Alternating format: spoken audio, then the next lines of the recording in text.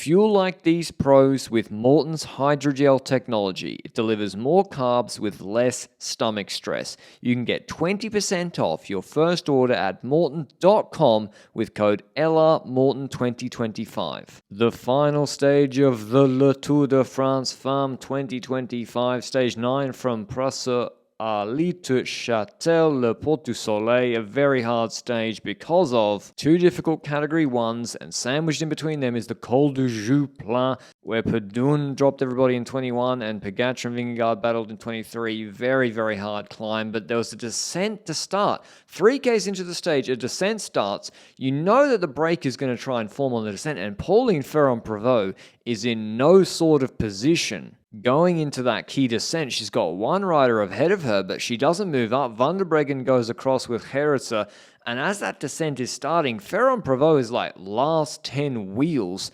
And from what we've seen throughout all women's racing this year and this Tour de France Femmes, the descents are where most of the gaps are being made, apart from the Madeleine yesterday. And with Kopecky and Brand sparking it on the front to get across to Anna van der Breggen, we knew there'd be splits, 100%. And Imogen Wolf, she's checking on the radio because Visma will represent in front. There's Vos, there's Wolf there.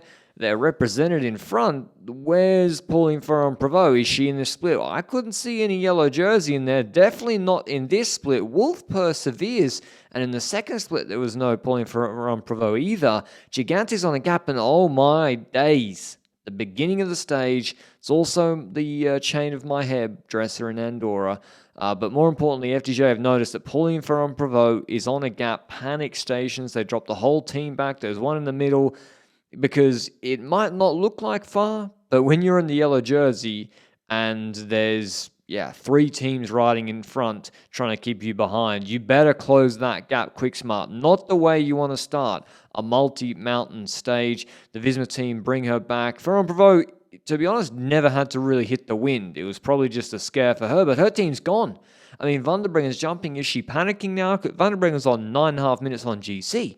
Let her in the break. But Ferrand-Prevot marks her. Maybe she was wanting to make a statement that she's back at the front, but for 95 Ks to go in this stage, she's going to have to do this whole thing on her own because the team is blown up. Tiny group already on this Category 1. Van der Breggen tries for like a fourth time, goes clear. Lebeau starts pacing, and actually from this point onwards, the race becomes a lot more straightforward for Ferrand-Prevot. She doesn't have to solve any problem really from here on onwards because Muzic starts pacing for FDJ Suez. I'm not really sure why or why it was Lebeau at that point. Vollering then sprints Squibon to defend her teammate Xavi's QOM points, so she was splitting her focus. On the descent off that Category 1 Bauernfeind, she smashes the descent, gets a gap on Lebeau, I think. Vollering tries to move up. Gigante's on a small gap, but not a very decisive one. Vollering does see that through the corner, but when Lebeau comes to front to start driving it, she lets her wheel go, and then Marcus shuts it down for a little trek. So they didn't profit from Gigante being on a gap on the first descent, nor the second descent. She came back both times. In the valley, a bigger group comes back with a teammate of Ferrand-Prevot, but she's not really able to do anything because they're starting the Col du Joux Plane, and in the entry of that climb, Ruch and Kerbal go in too fast. Ruch crashes in front of Kerbal. Valier just misses it, but the Polish natty champ, Kasia Niewiadoma, is also on the ground. Hits her left knee. It's bloodied. Van der Velde waits a little bit with Gigante for Hakira to move up, but for Sidri and Kerbal, not the way you want to start a brutal 45-minute climb. Niewiadoma gets back to the front really, really fast, so she mustn't have had a mechanical. That was all gravy for her, but we all could see what was happening. Gigante's in second.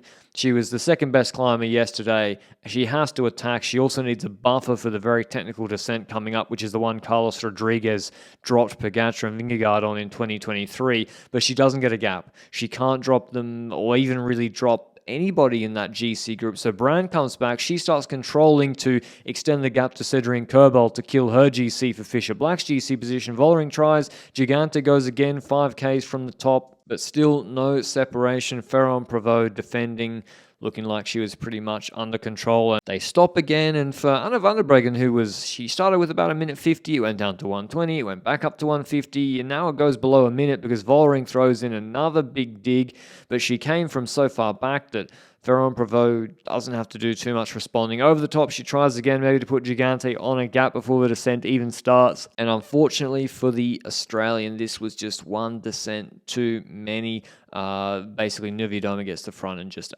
drives this descent so hard. And listen, Gigante's descending has improved a lot. She only loses 25 seconds or 30 seconds on this descent, but unfortunately the others knew that was coming. That was enough. Lebu goes on the front. Vollering can just put her on the front to absolutely drill it, and we've got a false flat downhill valley before the next category 1, the Corbière, which is hard as well, and this gap just gets out of control despite Gigante's best efforts. It goes to over 2 minutes. Van der Breggen gets caught on the Corbière because even Niewiadoma was driving it. Vladarchek was taking pulls. Fisher Black would pull every now and then. She's working against 5 riders. On that climb, nothing happens.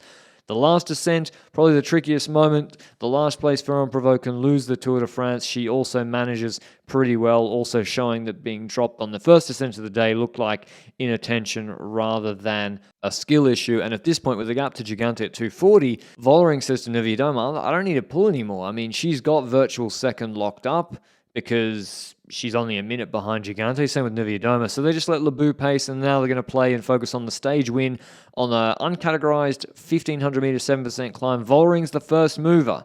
She goes for like a long attack, 1 minute, and then gets countered by Pauline Ferrand-Prevot. She was angry with herself afterwards, Vollering, but if you don't try, you'll never know. Fisher Black nearly gets back to the wheel of Ferrand-Prevot, but the second kick on the faster section out of the corner, she puts the head down, and Ferrand-Prevot is going away. She said in the morning she wanted to win in yellow.